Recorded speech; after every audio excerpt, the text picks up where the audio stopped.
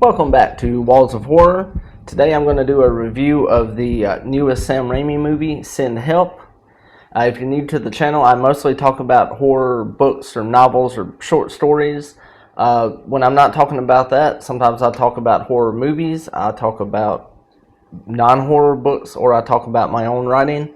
I am a horror author and I regularly post short horror stories to Substack. I'll put the link down below. You can check it out for free, or you don't have to. About a month ago, whenever it came out on streaming, we watched this, and I've been planning to do a review since then.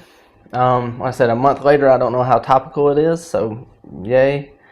Before I get into it, if you like the video, please subscribe, give me a thumbs up or a thumbs down, and let me know what you think down below. Good or bad, you're not going to hurt my feelings. So, what did I think of Send Help by Sam Raimi? I liked it.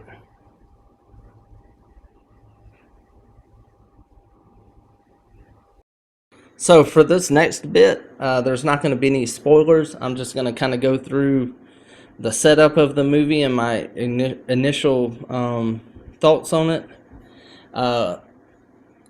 Long story short, it was a fun movie. It's a lot of fun. It's kind of goofy the deeper you think about it. There's definitely plenty of plot holes, but they're not too glaring. They don't ruin the movie. As long as you don't go in expecting something real deep or some,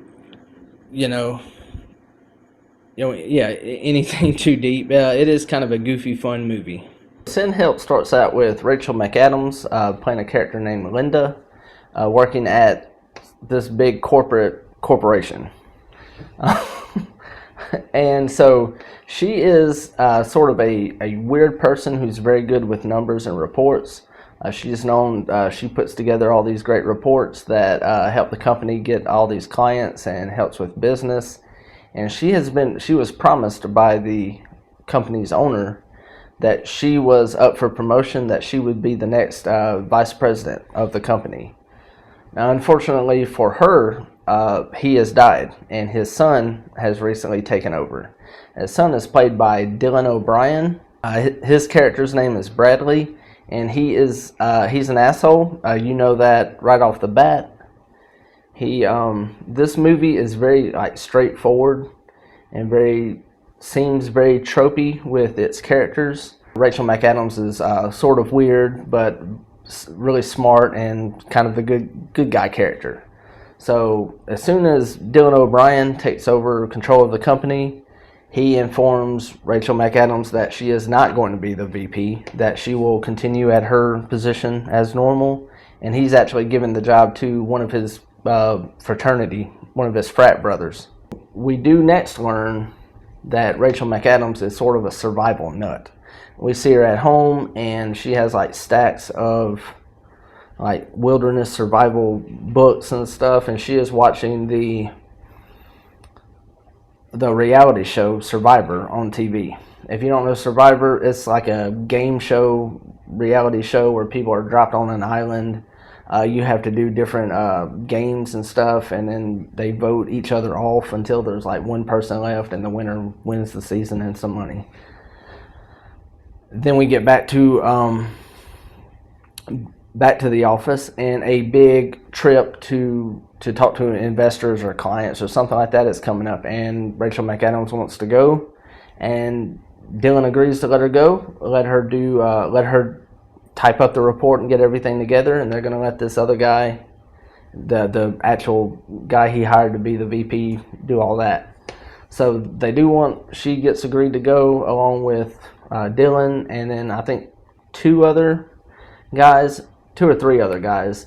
And they're assholes just like Dylan's character, just like the boss's son's character.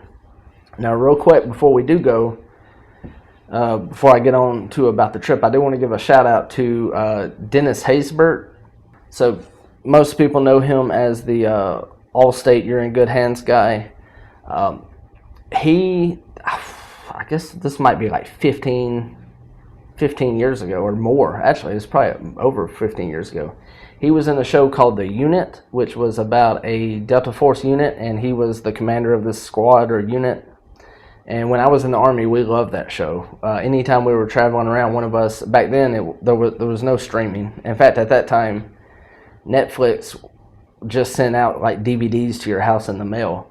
But we would take DVDs with us and we would keep up with the show. It's sort of low budget. It was like I believe it was like Sunday night on CBS, so it was like a lower budget network TV show around the mid 2000s or early 2010s, somewhere in there. It was really good, so I've been a big fan of him ever since. Every time he shows up in anything, I always like it more. So he's in here at the beginning. He's someone that works at the company. He worked for Dylan O'Brien's dad, and now he's kind of trying to advise Dylan O'Brien a bit as he's taking over. But he's only in it for like 2 scenes and he's out. So they get on the plane and they're heading, I'm blanking on where, I feel like somewhere in Indonesia or Singapore or Thailand, somewhere like that. And Dylan O'Brien's buddy, who he hired for the VP role, has a video on his laptop that he wants to show Dylan, who's his character name's Bradley, by the way. I'm just going to keep calling him by the actor's name. There's like 90% of this movie just has 2 people in it. So I'm just going to call them Rachel McAdams and Dylan O'Brien. But Dylan O'Brien's buddy wants to show him a video on his laptop. And what it is an audition tape that Rachel McAdams' character had sent in to the Survivor show. Right? It's her like jumping through the bushes and saying, I know how to do these knots and I can fish and all this. It's extremely cringy, as you can imagine. And if you can imagine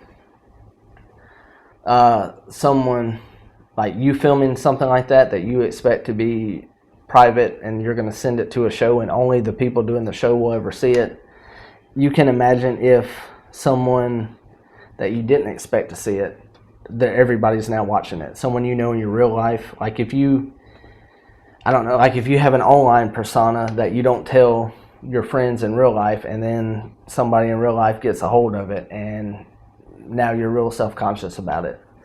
So she's at the back of the plane, back of this private jet, working on the proposal or a report on some sales figures or something. And she looks up, and they're huddled around Dylan O'Brien, and they're all kind of giggling and smirking. Every once in a while, somebody will look back at her. So again, this sort of reinforces that these guys are assholes. She might be weird, but she's probably the good guy of the movie. So then something happens to the plane.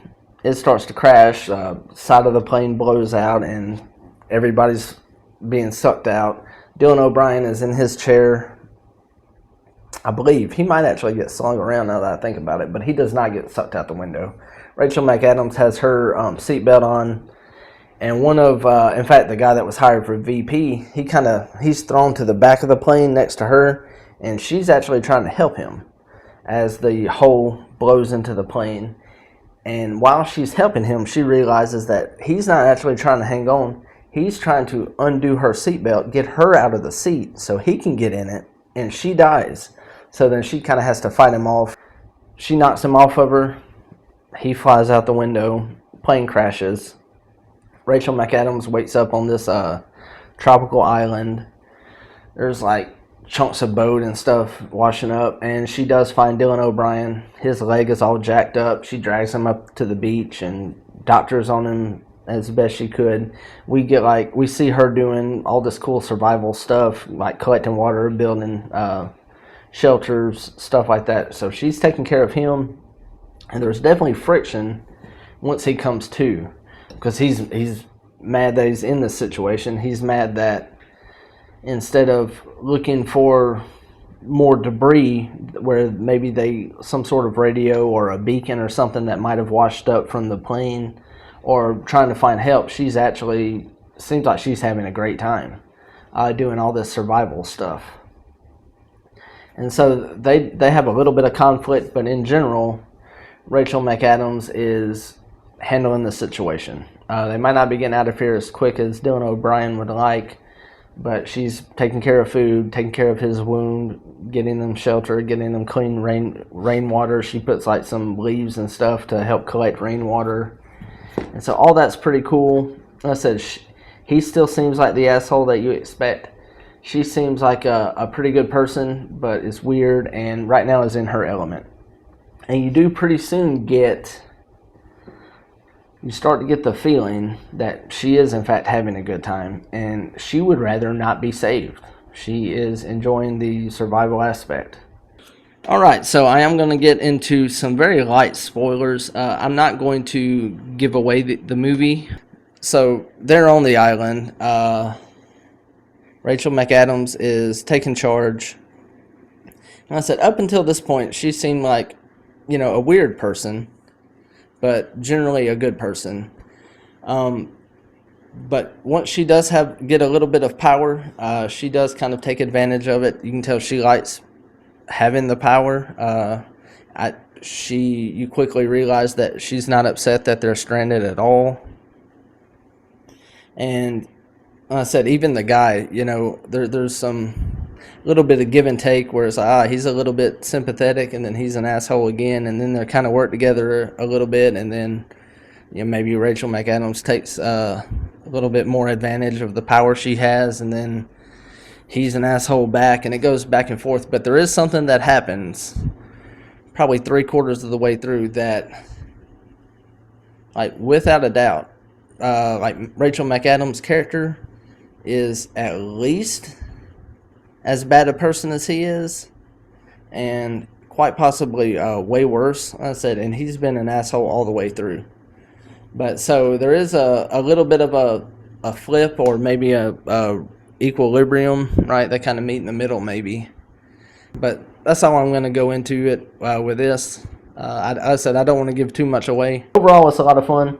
It looks great. It's well acted, of course. It's well directed.